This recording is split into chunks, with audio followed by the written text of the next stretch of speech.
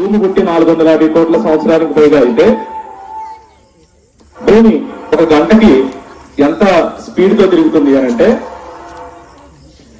1609 దాదాపుగా ఇంకా పైచిలుకు కిలోమీటర్ల స్పీడ్ తో తిరుగుతుంది. ఒక గంటకి అంత స్పీడ్ తిరుగుతుంది. చాలా గ్రహాలు ఉన్నాయి, కానీ లైఫ్ ని సపోర్ట్ చేసేది మాత్రం ఒకే ఒక్క గ్రహం. అది ఏ గ్రహం అని అంటే మనం నివసించే భూగ్రహం. భూమి మాత్రమే లైఫ్ ని సపోర్ట్ చేస్తుంది. అంటే జీవం ఎక్కడుంది అని అంటే చాలా ప్లానెట్స్ ఉన్నాయి, కానీ జీవం మాత్రం ఎక్కడుంది? భూమి మీదే ఉంది. భూమి మీద 70% నీళ్లే ఉన్నాయి. భూమి మీద 70% నీళ్లే ఉన్నాయి.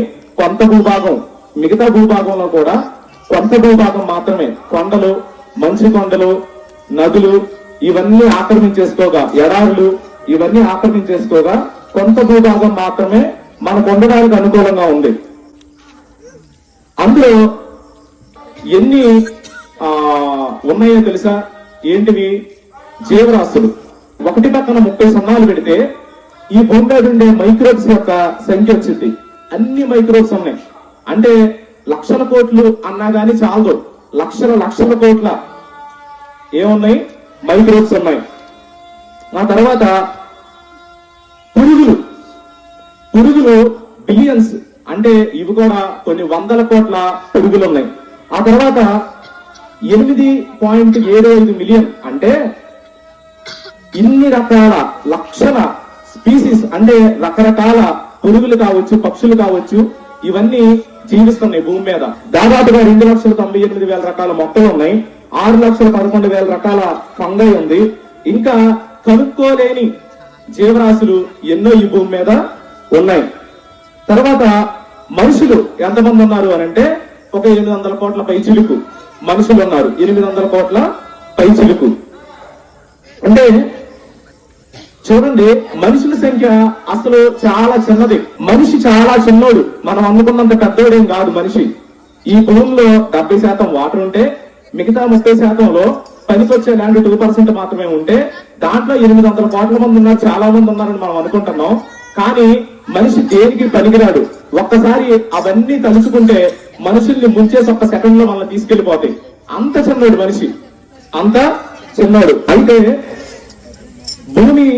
భూమిలో చూడండి, భూమి అంత పెద్దది. మనం అనుకుంటున్నాం కదా, భూమిలో ఇన్ని కోటాను కోట్ల, లక్షల కోట్ల జీవరాశులు ఉన్నాయి, భూమి చాలా పెద్దది అని మనం అనుకుంటున్నాం కదా. కానీ మనకు తెలుసు సూర్యుడు ఉన్నాడు. 13 లక్షల భూములు కలిగితే ఒక సూర్యుడు అవుతాడు. 13 లక్షల భూములు, 13 లక్షల భూములు కలిగితే ఒక సూర్యుడు తయారవుతాడు. అంటే భూమి చాలా పెద్దది. ఇన్ని లక్షల కోట్ల జీవరాశులు ఉన్నాయని మనం అనుకుంటున్నాం. కానీ 13 లక్షల భూములు ఎక్కడి నుంచి వస్తాయి? అంత కలిపితే ఒక సూర్యుడు తయారయ్యాడు. అంటే సూర్యుడు ఎంత పెద్దగా ఉన్నాడు? సూర్యుడు ఎంత పెద్దగా ఉన్నాడు? అయితే విశ్వం గురించి మనం ఆలోచించామనుకో, విశ్వం ఎంత పెద్దదో తెలుసా? విశ్వం ఎంత పెద్దది అని అంటే, ఈ భూమిని ఒక విశ్వం అనుకుంటే, విశ్వంలో చాలా గెలాక్సీస్ ఉన్నాయి. అందులో భారతదేశంలో గెలాక్సీ అనుకోండి. భారతదేశంలో ఒక ఫుట్బాల్ పోయింది అనుకోండి. ఆ ఫుట్బాల్ మనం వెతకాలనుకోండి, వెతకగలమా? భారతదేశంలో పోయింది ఒక ఫుట్బాల్, మనం వెతకగలమా? ఆ ఫుట్బాల్ అంతా సూర్యుడు ఉంటాడు. ఇసుక రేణువంతా భూమి ఉండింది. ఎందులో? విశ్వంలో. ఇప్పుడు ఇలా అనుకుందాం, మన ఇంట్లో ఉన్న ఒక ఇసుక రేణువు తప్పిపోయింది అనుకుందాం. ఊరికే అనుకుందాం. ఎక్కడ తప్పిపోయింది అని అంటే భూమిలో, భూమి మొత్తంలో తప్పిపోయింది. దాన్ని ఇప్పుడు వెతకగలమా? మన ఇంట్లో పోయిన చిన్న చెవు పోయి కనిపించదు, బంగారపతి కనిపించగా మనం ఏం చేస్తాం? ఇంకోటి తయారు చేయించుకుంటాం.